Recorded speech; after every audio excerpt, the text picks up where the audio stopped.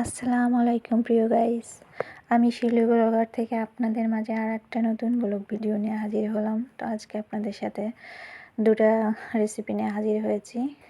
সজনে পাতার রেসিপি আর ইলিশ মাছের রেসিপি, সেটাই আপনাদের সাথে শেয়ার করব। তো সজনে পাতা কীভাবে সংরক্ষণ করবেন সেটাও আপনাদের সাথে শেয়ার করব। তো দেখেন, আমাদের এমন কোনো বাড়ি নেই গ্রামে যে সজনে পাতার গাছ নেই, সজনে গাছ নেই। সজনেতেও প্রচুর পরিমাণে ভিটামিন। সজনে পাতার গুণের কথা শেষ করতে পারবো না আমরা বলে, এটা আমরা অনেকেই জানি। তো সজনে পাতায় প্রতি গ্রামে কিন্তু সজনে পাতা একটি কমলার চেয়ে 7 গুণ বেশি ভিটামিন সি, দুধের চেয়েও কিন্তু 4 গুণ বেশি ক্যালসিয়াম ও 2 গুণ বেশি প্রোটিন, গাজরের চেয়ে 4 গুণ বেশি ভিটামিন। আমরা কিন্তু সজনে পাতা হিসেবে অনেক অবহেলা করি, কিন্তু এতে কিন্তু কলা থেকে 3 গুণ বেশি পটাশিয়াম বিদ্যমান। এতে ফলে এটি অন্ধত্ব, রক্ত স্বল্পতা ও সহ বিভিন্ন ভিটামিন ঘাটতিজনিত রোগের বিরুদ্ধে বিশেষ হাতিয়ার হিসেবে কিন্তু কাজ করে। সজনে পাতার উপকারিতার কোনো শেষ নেই।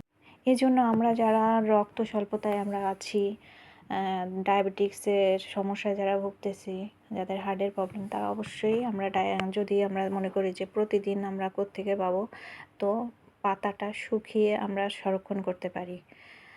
তো আমি সজনে পাতা সংরক্ষণ করেই এভাবে রাখছি। আমি যখন মালয়েশিয়াতে আসি তখন আমি সজনে পাতা মাকে বলছিলাম, তো মা পাতা এভাবে করে ধুয়ে আমার জন্য শুকিয়ে আমাকে দেয়। পরে আমি কিন্তু আসার সময় নিয়ে আসি মালয়েশিয়াতে।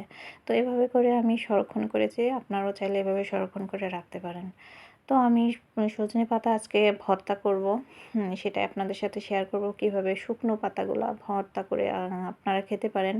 এর যত গুণাগুণ সব কিছুই কিন্তু আপনি টাটকা বা তাজা আজকে ছেঁড়া যে সজনে পাতা, ওই পাতায় যে ভিটামিন পাবেন, এই পাতায়ও সেই ভিটামিন পাবেন। তো আমি ইলিশ মাছটা কিন্তু মাখিয়ে সরিষার তেল দিয়ে মাখিয়ে আমি এক সাইড করে সব কিছু মশলা টশলা দিয়ে মাখিয়ে রাখছি। তো এখন আমি সজনে পাতাটা তেলে ভাজছি। তার আগে আমার স্কিপ হয়ে গেছে বন্ধুরা, তার জন্য আমি আপনাদের কাছে ভীষণভাবে দুঃখিত যে আমি সজনে পাতার জন্য যে রসুন পেঁয়াজ মরিচটা ভেজেছি সেটা আমার ফোনে স্কিপ হয়ে গেছে। আমি ক্যামেরা ধরছি কিন্তু ভিডিও অন করেছিলাম না, যার কারণে আপনাদের কাছে আমি ভীষণভাবে দুঃখিত। তো আমি সজনে পাতা আর সজনে পাতার যে মশলাটা আমি সেটা আলাদা করে ভেজে নিয়েছি, সেটা আপনাদের সাথে আমি শেয়ার করেছি। এখন আপনাদের কিভাবে ভর্তাটা মাখাবেন, কিভাবে কি করবেন, সেটাই আপনাদের সাথে শেয়ার করব। তো তার আগে চলুন আমি ইলিশ মাছটা কিভাবে রান্না করি সেটাও আপনাদের সাথে একটু শেয়ার করব। তো ইলিশ মাছটা যখন আমি একদম পেঁয়াজ মরিচ বা এর ভিতরে সব রকমের মশলা, যেমন জিরের গুঁড়া, ধনিয়ার গুঁড়া, মরিচের গুঁড়া, লবণ সব কিছু দিয়ে পেস্ট মশলা দিয়ে আমি কিন্তু একটু প্রায় 15-20 মিনিট মাখিয়ে রাখছি সরিষার তেল দিয়ে।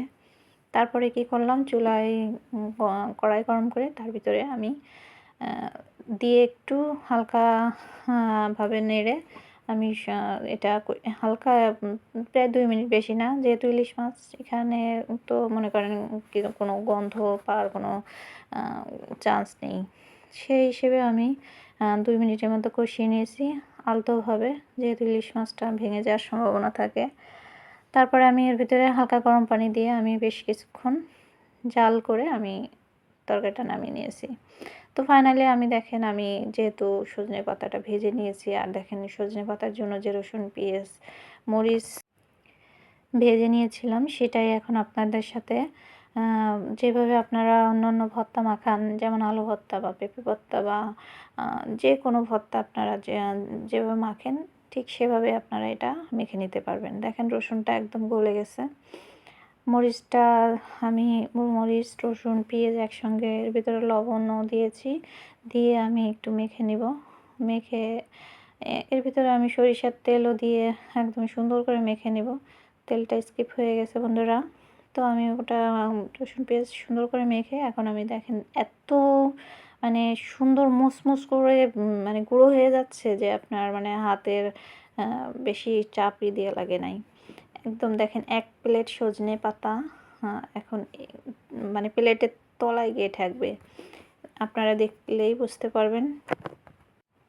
যে এতগুলো সজনে পাতা এতটুকু হয়ে গেছে।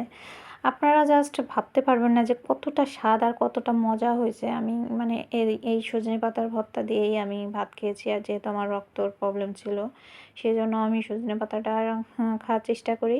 যাদের রক্তর ঘাটতি আছে আপনারা ট্রাই করতে পারেন সজনে পাতা খেয়ে। সজনে পাতার উপকারের কোনো শেষ নেই। এখানে আমার রেডি ভর্তা আর ইলিশ মাছের তরকারি। তো আমার ভর্তাটা আপনারা ট্রাই করতে পারেন। খেয়ে খেয়ে আমাকে ট্রাই করে জানাতে পারেন যে আপু আমি আসলে কীভাবে ভর্তাটা বানালাম বা কতটা টেস্টি হলো। তো এ পর্যন্ত। Bye bye.